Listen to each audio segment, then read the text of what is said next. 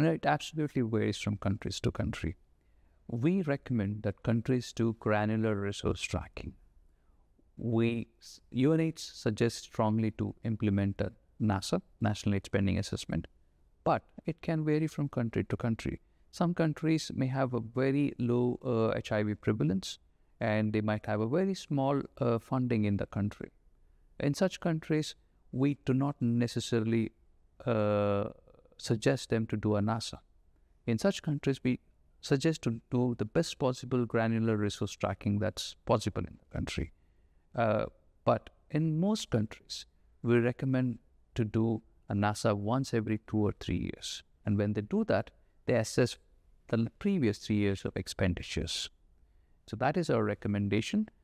Again, if a country has a strong health accounts team, we would suggest to do a joint NASA and health accounts so that the health expenditure part of NASA is aligned with the health accounts.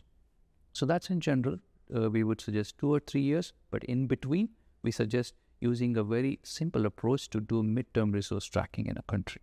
It definitely varies per country, and it depends not only on the size of the epidemic in the country, but also on the country's ability to do it routinely. So if the financial information systems are good and they can extract the data quite easily and quickly, then they can do it annually. In fact, some countries with good data systems do it every quarter. It's kind of that routinized. But normally when you do a NASA, it's a deeper dive. So kind of 2 to 3 years is good. And in that assessment, you would do the past year. So you could do it and have 3 years of data. And that then allows the country to track the trends over time and see what's really happening.